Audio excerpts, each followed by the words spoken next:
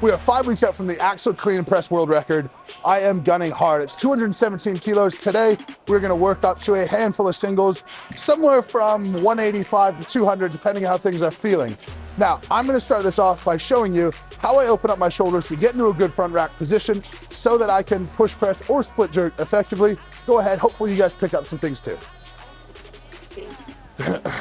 Now, the downside if you can't get into a good front rack with the bar on your shoulders is that it's gonna sit in your hands. And when you go between the dip to the drive portion, it's gonna sink into your hands. Your wrists will probably be really sore. You're gonna have shoulder issues, and it's gonna be very difficult overall. Some people make it work, but they are the exception, not the rule. So we need a couple of things to happen. First, we need to get external rotation to be able to have our hands back sitting down on our shoulders. Next, we need to open up the shoulders into a really good rack position. I'll show you what I mean by that.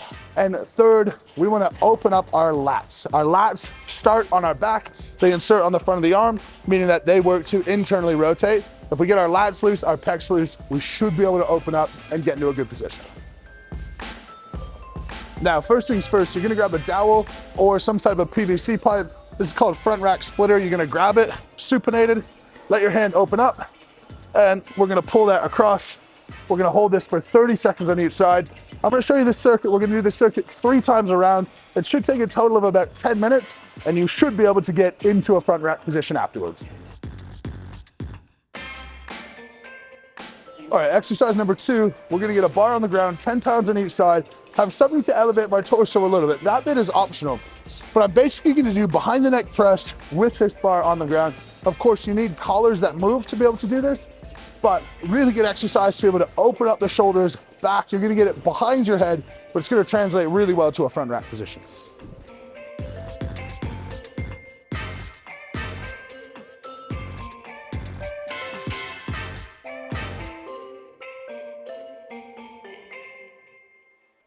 Last one's gonna be more specific, less general to the lats. So we're gonna grab any sort of bar.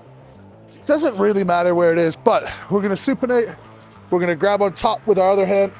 We're gonna sit my hips back, and I'm gonna pull my right hip as far away from my right shoulder as possible. In doing this, we're gonna stretch out that lat. It feels really restricted in your shoulder, but that's what we're going for.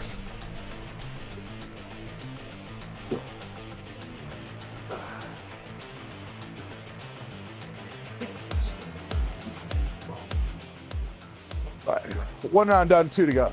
Now this flow is really good, not just for front rack, but to get into a good squat or to get into a comfortable overhead position.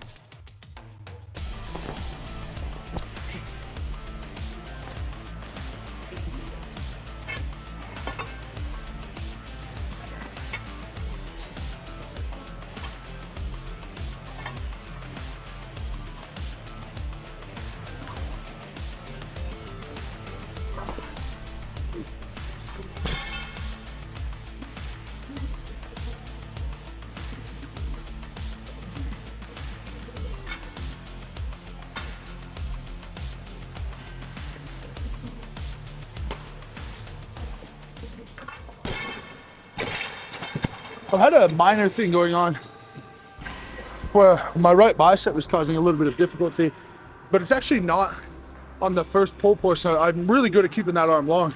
It's in that flip. And almost when I contract my bicep and my forearm together, like just very pinchy when I come in like that. So I'll have to get that worked on a little bit. Otherwise, the strength feels really good. Right now it's just here to here. If I could just get that a little bit smoother, which that second sort of pop was much better, then I'll be in a good position.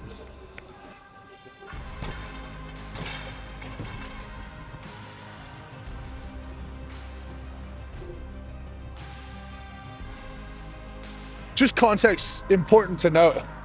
I've been doing split jerky, but I haven't been doing any cleans today. So today will probably be a few steps behind, but you pick it up really, really quick. So I think this is 180 or 400 pounds.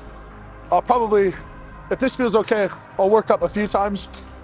Even if I get to 200, it's gonna pale in comparison to what I'll be able to do next week and the week after as I keep building up. But I just want to give a few weeks to just chill out with, particularly with my right bicep on the clean portion, which again, it's not an issue on the clean. it's an issue, or the first pull I should say, it's an issue on the second pull.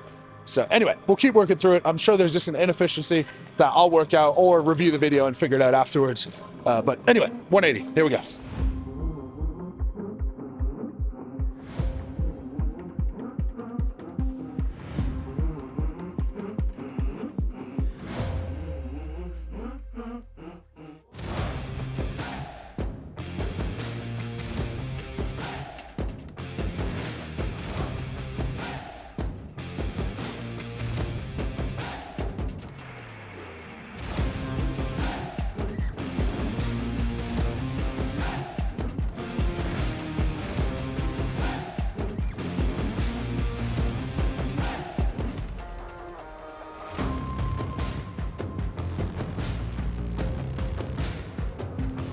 Question of the day that's piqued my interest a lot.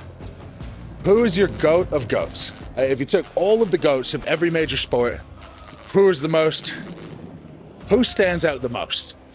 Personally, I find it near impossible to argue against Wayne Gretzky. Keen to hear your thoughts.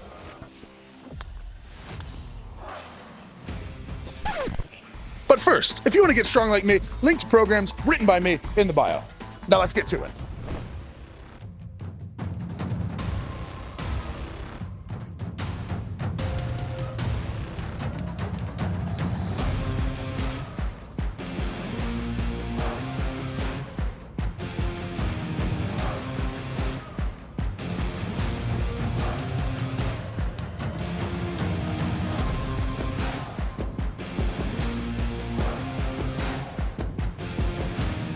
All right, that is it. We are 5 weeks out from the Axel Press world record.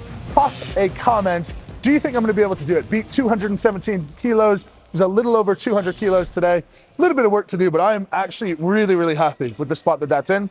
I'm now gonna go off to do my best accessory exercises for a good overhead press and for good, strong, healthy shoulders. I'm gonna talk you guys through all of that. Now, I'm lucky to have all the equipment I need at this gym. If you haven't seen my video at Planet Fitness yet, I gave an honest assessment. I wasn't going there to get kicked out. Go ahead, check that video out right here.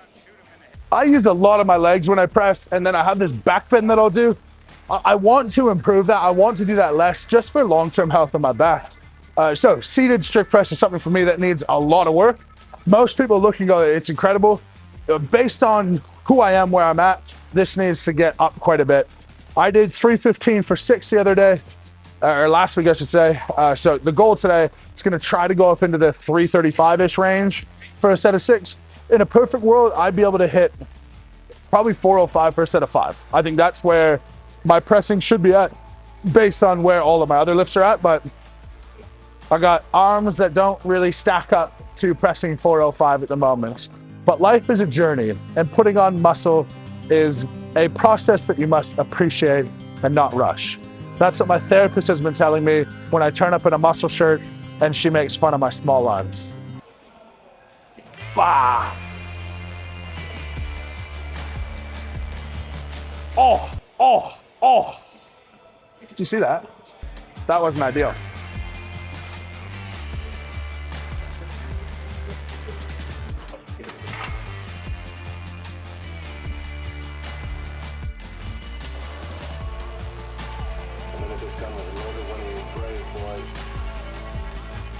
Go for the run. It's the fire. It's the fire.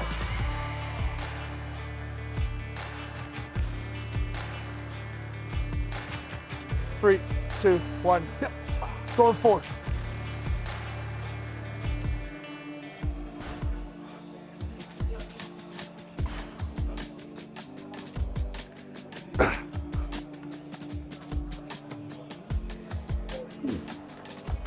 I don't think the elbow sleeves are helping me much, so I'm gonna ditch them. For reference, this is about 150 kilos. And for me, it's just so hard to not be able to extend my back. Because if I was normal strict pressing, I'd probably end up about there. Which is obviously like more of a standing incline press, but there's no rules against it, so that's what I would do. So, anyway, working on weaknesses. Have fun.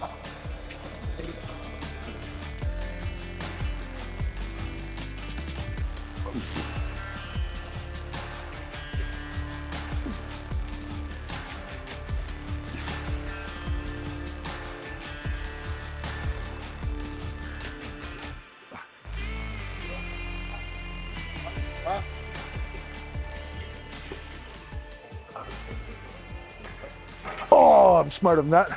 That's pretty good though. Happy with that. Thank you. No worries. Thanks, Sis.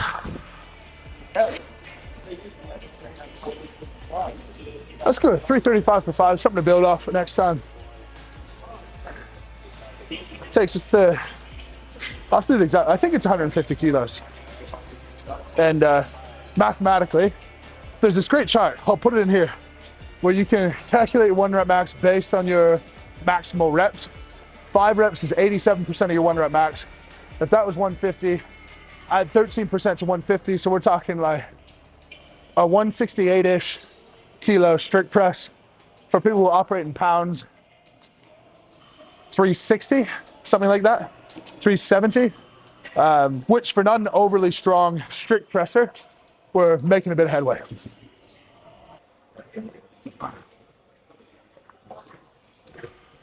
There's a special place in hell for whoever steals these things.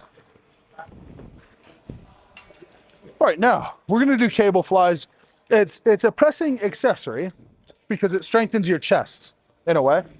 But in terms of strongman, I like to use these to simulate Atlas stones and the strength to be able to squeeze and hold an Atlas stone. Of course, we got max Atlas stone at the Shaw Classic this year. So preparing for that, really just getting chest, biceps conditions to squeeze in certain ranges. It's really interesting if you look at the research of strength in different ranges, where like if you tested your strength here versus here versus here, it's not changing the length of any involved muscle, but it changes the neural output substantially. So practicing that squeeze in all different positions is going to be hugely useful. Never make the mistake of saying like, yeah, I'm squeezing Atlas stones off the ground, so that's going to translate to squeezing it here. It doesn't always work that way.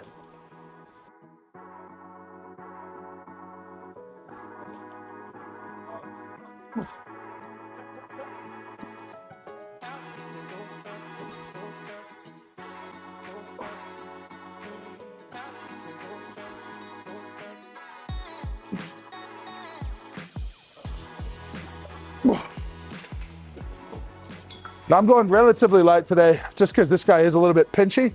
I'm not really concerned about it becoming an injury, but it's one of those things that if you don't give it a little bit of respect, it progresses. For those who don't know, the inflammatory process starts having this sore when you're doing something, then progresses to having it sore when you're straight after you're doing something, then it progresses to being sore always. And if you can replicate a pain in any range, that is then a red flag for an injury, because at a certain stage of inflammation, when it becomes chronic, you get what's called macrophages into the tendon that destroys the tendon. That's what they're designed to do.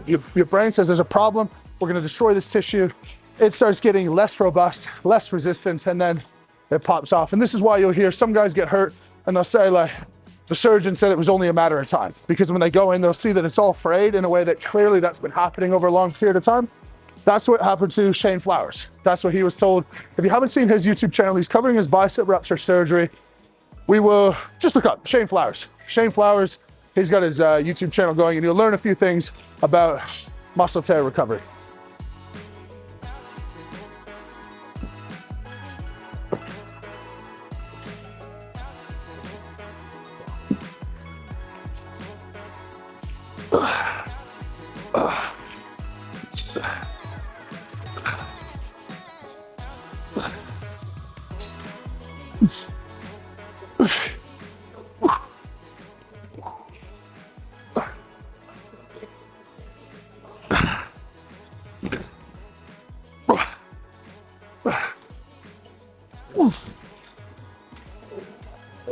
Going to the Toronto Pro Show this weekend.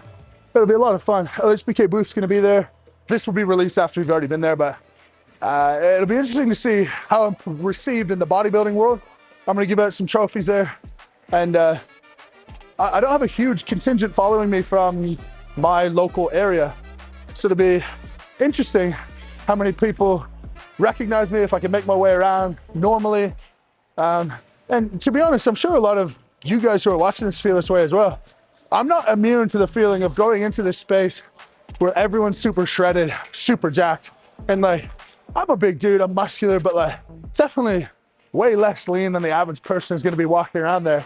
And like, I don't really love that. So for those out there who might go in those environments and struggle, I want you to know that I feel the exact same way.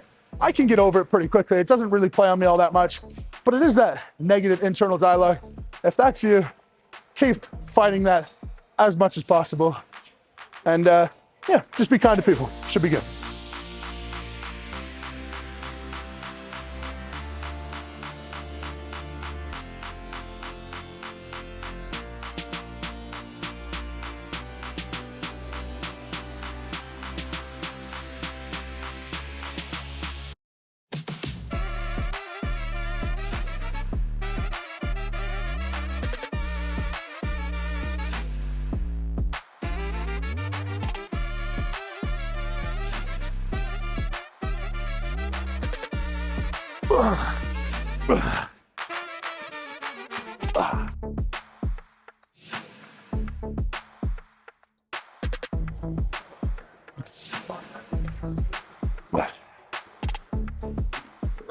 That is Axel world record prep. We've got 5 weeks to go, a little over 5 weeks.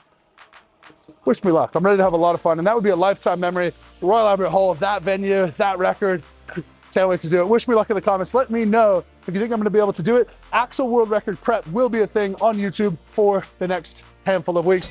Go ahead, click the notification bell so you can stay up to date with all of the shenanigans we're getting up to. We've got a lot of fun planned this weekend and this week and this month. A lot of guests on the channel. If you want to see collab with someone, pop in the comments. Don't say Devin Lorette, that's already in the works. Don't say Greg Doucette, that's already in the works. Don't say Arnold, that's already in the works. Come up with someone new. Thanks for watching, guys. We'll catch you next time.